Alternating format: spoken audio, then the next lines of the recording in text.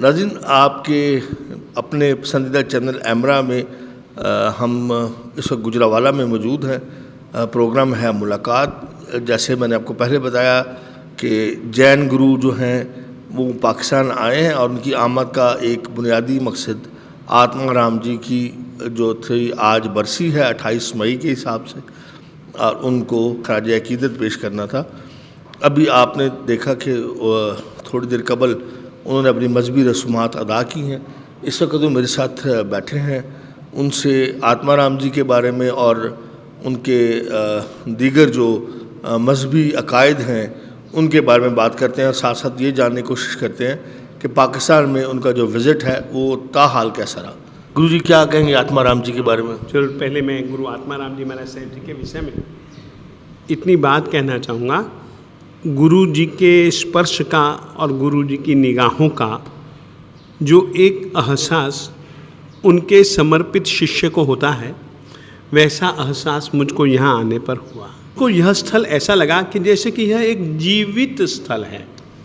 हमारे भारतीय परंपरा में जिस प्रकार से जो समाधि स्थल होते हैं, जहाँ पर किसी भी सन्यासी ने जीवित समाधि ली हुई होती है, तो जिस तरह से वो स्थल एक जागृत महसूस होता है, उसी तरह से मुझको यह स्थल भी एक जागृत महसूस हुआ।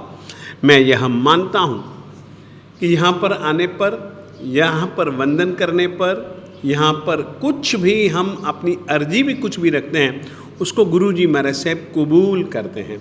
और यदि दिल दिमाग में मैंने यह महसूस किया, मेरे दिल दिमाग में यदि कोई भी किसी के भी प्रति कोई गलत भाव आता है, तो तुरंत गुरु जी महाराज साहब अपनी कृपा से कहो, अपनी शक्ति से कहो, वो तुरंत रोक देते हैं। क्योंकि गुरु शब्द का मतलब ही यही होता है कि जो हमारे दिल में बुरे संस्कारों को रोके, बुरी भावनाओं को रोके, अज्ञान को रोके, ऐसी चीज़ गुरु कहलाती है। और ये सचमुच में एक गुरु के स्थान का एहसास, आत्मा के अंदर यह भाव दशा का पैदा होना, इस कारण से मैं इसको बिल्कुल पूर्ण रूपेण गुरुदेव श्रीमद् विद्यानंद सुरीश्वर जी महाराज साहेब यानी कि श्री आत्माराम जी महाराज साहेब, इस तरीके से मैं उनका यह स्थल मानता हूँ। यहाँ आकर के मेरी हिंदुस्तान से पाकिस्तान की यात्रा का जो प्रमुख हेतु था वो संपन्न हुआ, परंतु मैं इसको संपन्न नहीं मानता हूँ। ये एक शुरुआत हुई, मेरी यात्रा की एक शुरुआत हुई, और यह यात्रा का क्रम आगे भी जारी रहे, ऐसी मैं अपने गुरु जी से प्रार्थना करके जाऊँगा। मान लो मैं न भी आ पाया किसी कारण विशेष से, मगर मैं अपने दूसरे साथियों को, क्योंकि इस गुरु की परंपरा से यह एक प्रकार से हम इनको आद्य गुरु कह सकते हैं। ये ऐसे समय पर जन्म लेते हैं जिस समय जैन धर्म बहुत अल्प संख्या यानी कि अति अल्प संख्या में थे साधु। ऐसे समय इन्होंने संन्यास लिया। इन्होंने जो संन्यास लिया, दीक्षा ली, ये पहले स्थानकवासी संप्रदाय में इन्होंने दीक्षा ली। हमारे गुरु जी महाराज साहेब यानी आत्माराम जी महाराज साहेब किसी जैन परिवार में नहीं जन्मते हैं, ये क्षत्रिय परिवार में जन्मते हैं। और सचमुच में जैन धर्म में जितने भी तीर्थंकर भगवंत हुए वे क्षत्रिय परिवार से ही पैदा हुए। आपके कहने का मतलब जितने भी संत हुए, संत नहीं, तीर्थंकर भगवान जो हमारे जिनको हम भगवान कहते हैं ना, वो जितने भी हुए वो क्षत्रिय परिवार में ही जन्मे। तो उस तरीके से ये हमारे गुरु जी भी क्षत्रिय परिवार में ही जन्मे। इनको जन्म से जैन के संस्कार नहीं मिले, इनको जन्म से हिंदू के संस्कार मिले। कारण यह था, इनकी जो माँ थी संतों की बड़ी भक्तानी, और विशेष करके राम कृष्ण इत्यादि और गुरु नानक देव इत्यादि, क्योंकि वो गांव ही ऐसा था, तो इस कारण से वो संस्कार, सिक्खी संस्कार, हिंदुत्व के संस्कार इनको अधिक मिले। परंतु क्या हुआ, इनकी ज़िंदगी में एक ऐसा मोड़ आया कि इनके पिताजी ने सोचा कि यदि मैं तो जिंदा रहूँगा ही नहीं, क्योंकि मैंने एक ऐसे आदमी से पंगा ले लिया है, अत्तर सिंह सोडी से मैंने ऐसा पंगा ले लिया है, वो मुझको जिंदा रखेगा ही नहीं। इनके पिताजी जो थे वो राजा रणजीत सिंह जी की सेना के एक छोटे से विभाग के मालिक थे, सेनाधिपति थे। तो उसने सोच ही लिया कि मैं तो जाऊंगा ही जाऊंगा, मगर जो मेरी इकलौती निशानी है उस निशानी को तो मैं इस बुरी हालत में छोड़ करके नहीं जाऊंगा। तो उन्होंने क्या किया, उनके एक मित्र थे, अपने मित्र के पास में इसको लेकर के गए और कहा कि देख, मैं यह तुझको संभालता हूँ।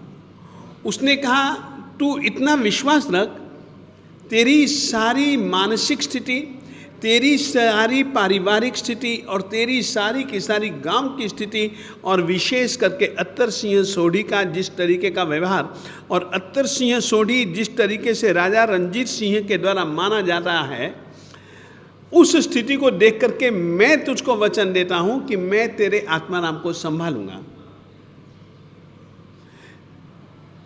इसको कोई दूसरा बाद में छुएगा, पहले मैं इस धरती पर नहीं रहूंगा, यानी कि मैं मर जाऊंगा, तभी जाकर के कोई इसको बुरी निगाहों से देख पाएगा।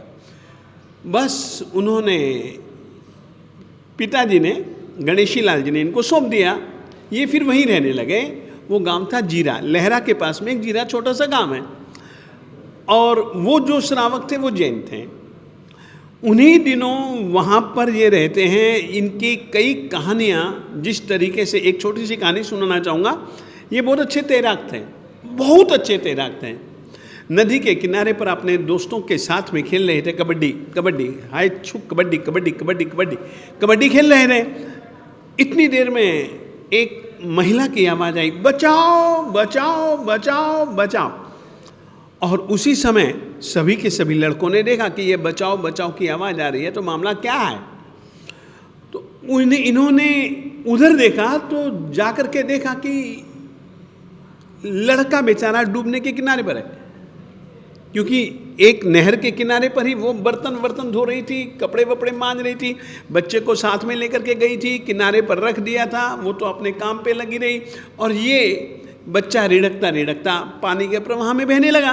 और जब वो पानी के प्रवाह में बहने लगा तो बच्चा था, छोटा सा बच्चा था, वो तो डूबता है। उस समय उसकी माँ बच्चे की रोने की, चीखने की आवाज़ को सुन करके उस तरफ देखती है, तो माँ उसको बचाने के लिए दौड़ी। माँ कोई तैरना वैरना जानती नहीं थी। उस समय इन्होंने आप देखा न ताव, तुरंत नदी में कूद करके दोनों को पकड़ करके खींच करके लेकर के आए। जब किनारे पर लाए, महिला ने उसको शाबाशी दी और कहा कि मैं खुदा से प्रार्थना करती हूँ। मुस्लिम औरत थी, वह मुस्लिम बालक था। मैं खुदा से प्रार्थना करती हूँ कि तुम खूब खूब पराक्रमी बनना और तुम खूब खूब खूब खूब देश की सेवा और धर्म की सेवा करने वाले बनना। मैं अपने खुदा से यह प्रार्थना करती हूँ।